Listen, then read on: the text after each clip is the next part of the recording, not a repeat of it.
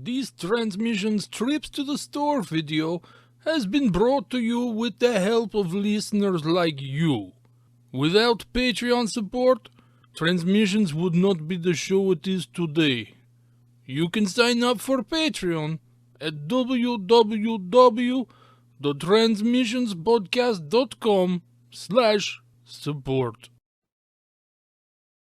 Welcome to the Transmissions Trips to the Store, where we show off all the cool Transformers stuff we got this week.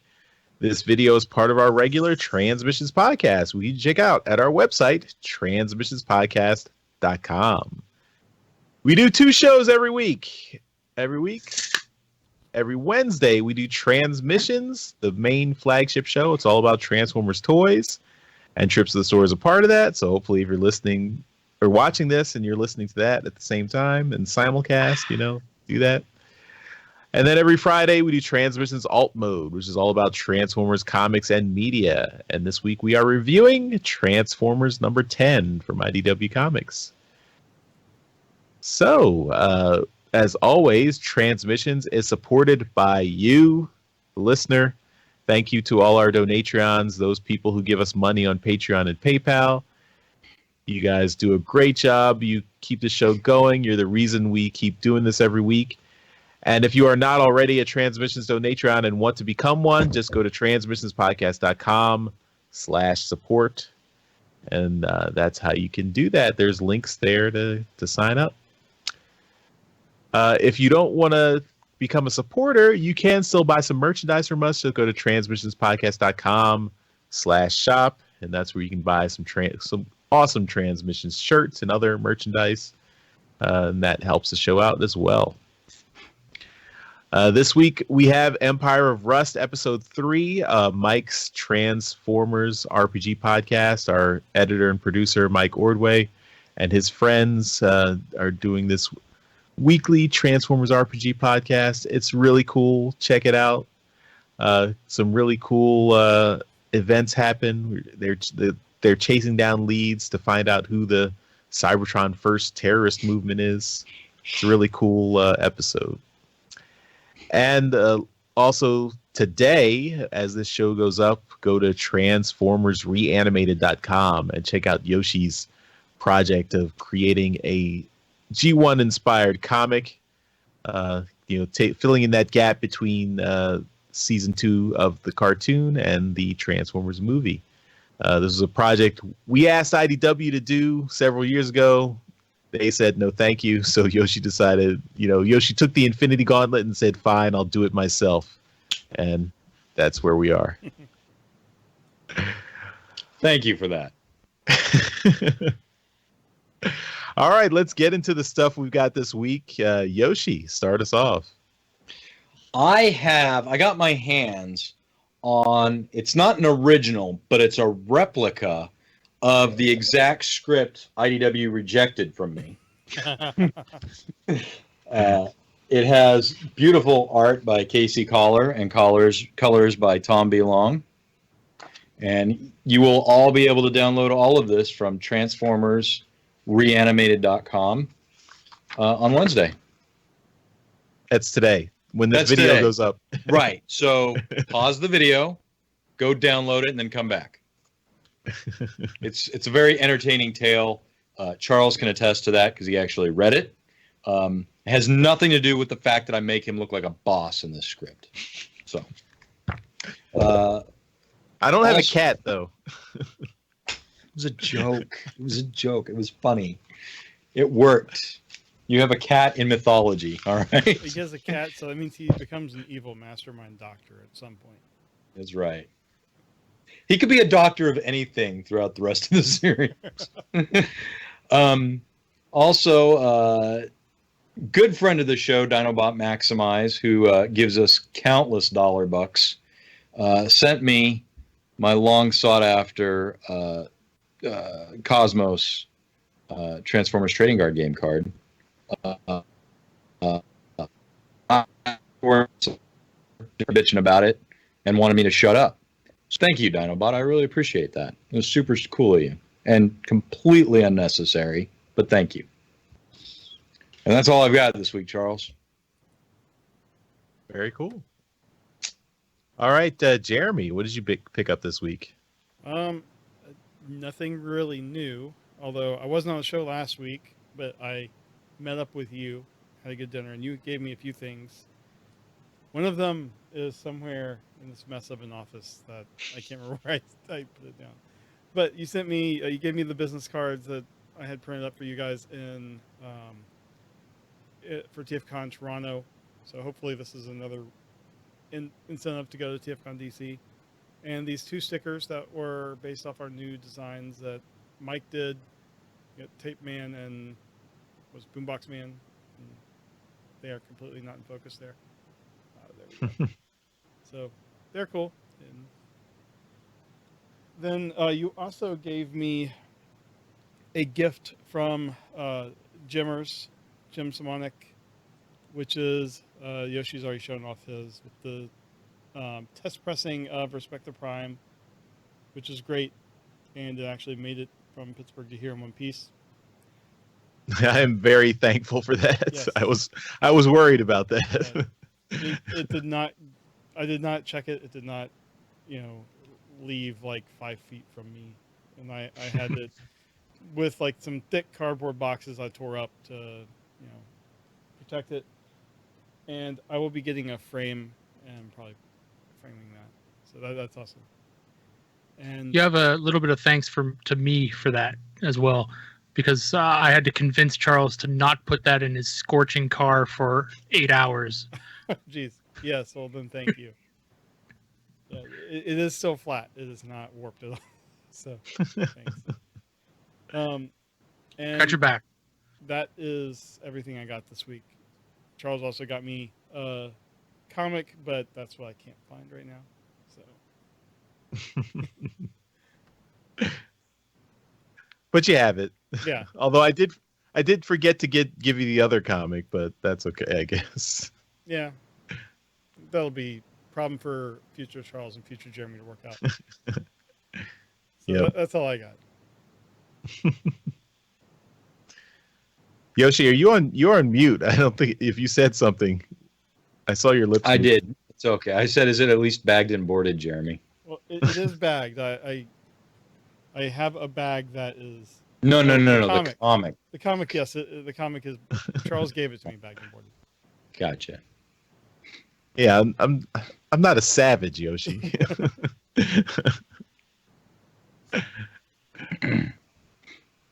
All right, so let's talk about what I got this week. So I've still got some TFCon stuff to show off.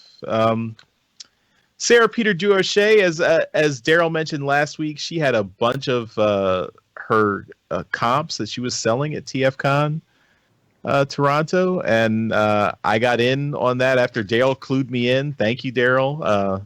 I also picked up one of the basically textless covers from Unicron #1 that she did. So this is the homage to Transformers #1, but there's no text on it at all, and she signed it as well for me. So there is text. Well, yes. Hopefully that increases the value since she signed it. But yeah, thanks, Sarah.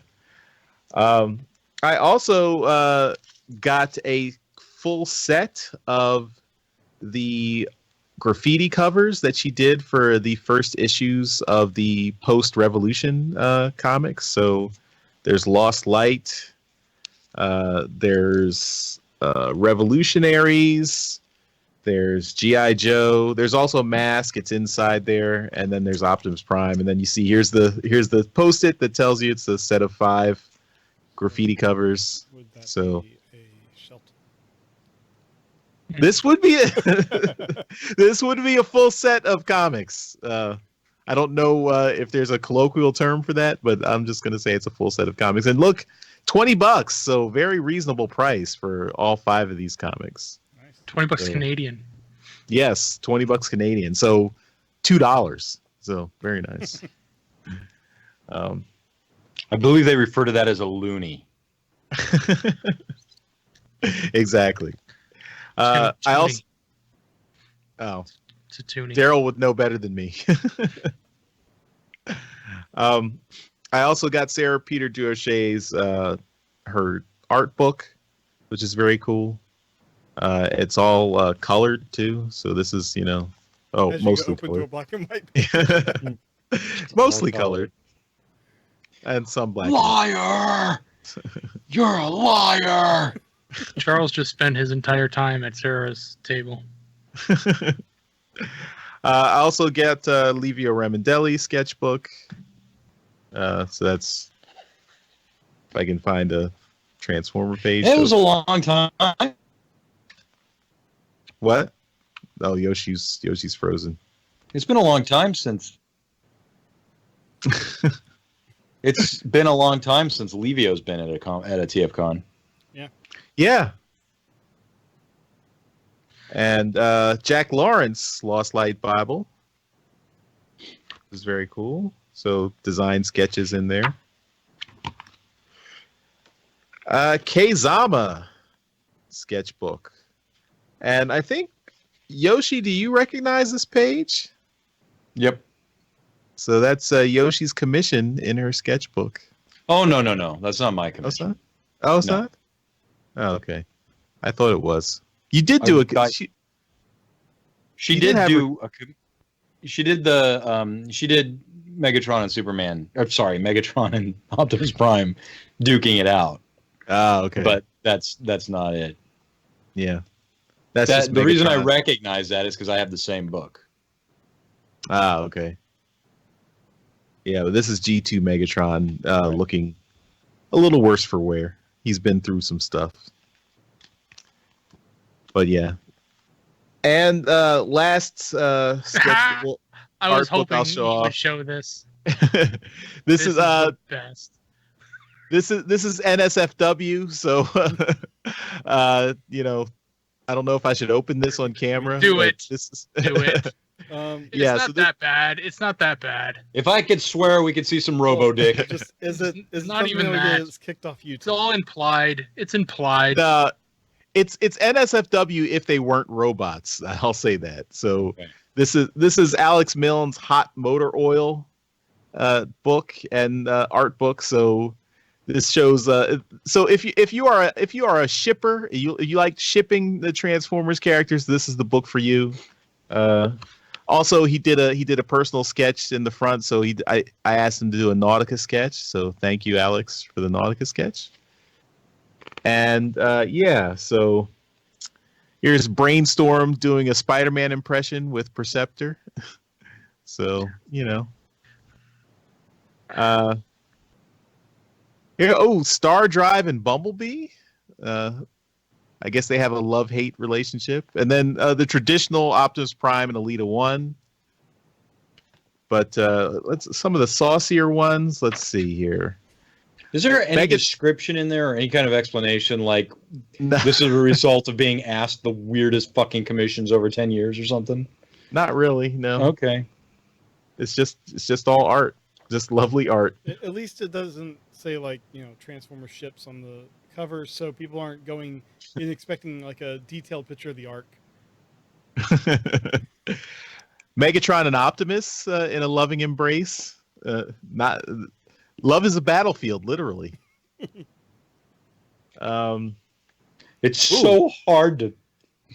Megatron and Starscream. What kind of relationship is that? It's hard to HR's quit you. HR Starscream. nightmare. You said it was explicit. Ooh. I'm not really seeing. Rodimus and Megatron. Or yeah. Okay, I was joking, Jeremy. It's not that bad. How much did this book of fantasy cost you? I think it was $75. 20 bucks Canadian. Oh. Oh, and then on the back, There it's we go. it's Cybertron's ass. There you go. So no, this is fun. I It's- thoroughly enjoyed this. This It's is a hilarious. very funny look at a sketchbook, I thought. Yeah. I also just in regular comics I picked up Death's Head #1. So this is K-Zama's work with writer Teeny Howard and colors by Felipe Sobrero. We've heard was that it? name before, haven't we? Felipe? No. I mean, in No? general, yes, but Well, no, I not meant like. Transformers. Okay, all right. yeah. But yeah, this is Kei Zama's art is of course amazing, awesome. She is perfect for doing Death's Head. I think this is a Nick Roche cover, I believe. Yeah. I think that's the regular cover. So Nick Roche got in on the action too. But yeah, great to see Kei Zama doing Death's Head, and it was cool.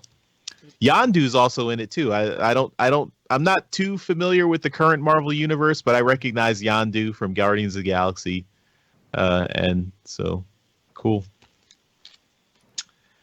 Last, I will show a toy. So at one of the parts parties at TFCon Toronto, I picked up a MicroMaster combiner, and this one is special because this is Slide and Oiler, the much talked about Slide and Oiler from the Optimus Prime series from the last few years. So you've got Slide, who is the tanker part. She turns into this is her The ribbit. robot mode, and then Oiler is the truck part. There we go. So there you go. Slide and Oiler. That's And adorable. Oiler is dead. He was killed by a Junkion, so throw him away. You've just got Slide there. But yeah, so I just picked. I got these just because I thought they were cool MicroMaster combiners, and just having the connection to the comic justified it for me that I could have the physical representation of the character we really hated, and her dead brother. So there you go. Slide Oiler, yay. So that's all I got this week. Darryl, we'll send it over to you to take us home. Okay. Well, I did do some more stuff from TFCon. I have it here. I don't have any comics to show. I didn't have anything else there, but I did get most of G2 Starscream. So here he is here. I'm looking for a couple of the little side wings here, and of course the noise box thing. So yeah, so it's still still my project piece, but yeah, I like doing those. It's Darryl complete, obviously, but yeah, he's fun. G2 Starscream. As far as TFCon like brand new purchases go, I bought a lot of like Legends class stuff. Obviously, I bought this guy and I showed him off at the panel at the end of the show, the closing podcast panel. This is Flip Out, whatever. He's the little tiny Legends class Bumblebee. Like, I don't know. What can I show him next to? This is a banana. Here's a Creon. Wow. So, yeah, Not much bigger. Yeah, he's pretty small, and he is super articulated. Like, and he's a really complex transformation for this size. Like, he was $30 Canadian, and he's worth it. Moving on to the next Legends class thing. This is from Magic Square, and this is a remold of their Ultra Magnus figure, but it is the Power Master Optimus Prime that they did, and it kind of sucks, but it's okay. I mean, for the size class, it's not bad, but you can definitely see the Ultra Magnus bits in there, and if you take off his wing pack on the back, you can really see it. So, like, there it is there. Right. So, anyway, it's okay. It does the trick. It transforms into a transport truck that, has wings and stuff. So, it's got a weird, different alt mode. I did get a one that I really didn't pay too much attention to, but I guess I do remember talking about it on the show. This is from Toy World, and they got into the Legends class game with Wheeljack was their first one. And this is a really good looking Wheeljack figure. The alt mode on this is phenomenal. So, yeah. He was a little bit more pricey. I think he was $45 Canadian. So, yeah. He's a bit more pricey, but really, really good looking figure. Again, a complex transformation. I got 2 Iron Factory figures. First one, this is one I got even before the show opened. This is the Hound figure, sorry. And this is, I can't remember, Optics Hunter, I think they called him. Yeah, Optic Hunter, yep. Yeah, so he's pretty awesome. Jeremy, I think you'd like this. Okay. So definitely look for this one when you're at the next con or online or whatever. He's a good figure. He's really posable, and he comes with a bunch of accessories, a bunch of different hands that you can swap out, and the alt mode is really awesome. So yeah, take a look for that. And lastly, I did get this. This is one that I have been scared shitless to mess around with because I'd heard nothing but horror stories about it after I bought it. So I've been assured by the company that I bought it from that I can play with it, and then if I break it, then they'll take care of me. But I don't want to break it. This is Iron Factory's Tarn. So the arms on him are horrendous, and they break really, really easily out of the package. But the other set, because this is part of a combiner to make a giant Tarn out of the entire DJD team. But the next set, the one that has Kaon and the other one, what'd you get? What's the other one, Charles? Kaon and Voss. Voss, right. So the next set that has those two guys actually comes with replacement arms for Tarn. And I wasn't ever planning on completing this set, but so I emailed. Well, that's the thing is I emailed the company that I got it from and told them what I did, and they said, well, if you break it, then we need pictures and we can take care of you, but we can't preemptively take care of you. So I've got to break it if I want to get the proper thing. So I'm gonna mess around with it. I do, yeah, yeah. So yeah, I can mess around with it a bit, and I can already feel like this arm's pretty loose here, right? Like that's not right. So yeah, this one here is like super tight. Yeah, like I can't even move that one. So that one's really tight. This one's like uber floppy. So I'm gonna see what I can do with it, but I don't feel good about breaking things on purpose. He has a soul. The next thing is that Jeremy sent along this with Charles, so I do have the Laserbeak and Ravage Minicon set, and since I got it, thank you, Jeremy, for sending this. No problem. That's right. I accidentally sold it and then gave the guys the money back. Yeah, there you go. I still haven't seen it here in Canada, which is weird. They apparently have shown up, but they're popular. So I did also buy the set of repro labels, stickers, and the add-on little piece. So I'm going to open it up and put it all together. But I did find Soundwave, so I did get Soundwave as well. So I'll put everybody together and make them a big happy family. And, what a magnificently scuffed bastard. Well, I'm going to see if I can clean them up. I have my ways. So right. Yeah, but yeah. It's not ideal, but whatever. Take before and after pictures. Okay. Yeah, but anyway, I do have some more stuff, but I'm going to keep it. I'm running low here. I'm going to have to do some more shopping. But other than that, I wanted to say my daughter bought the Ravage and Rumble set, the G1 reissue set of the tapes yesterday at Walmart. So they're now here in Canada. They are $30 for 2 sets. Or for 2 tapes, and that's a ridiculously high price. But she enjoyed playing with them. She loves that Ravage figure. And, yeah, she immediately broke it, but we put it back together. So, Yeah. It's not great quality, I'll tell you, but they are definitely the G1 tapes. And that's it. That's all I got. All right, well, that'll do it for Trips to the Store. Thanks, everyone, for watching and listening.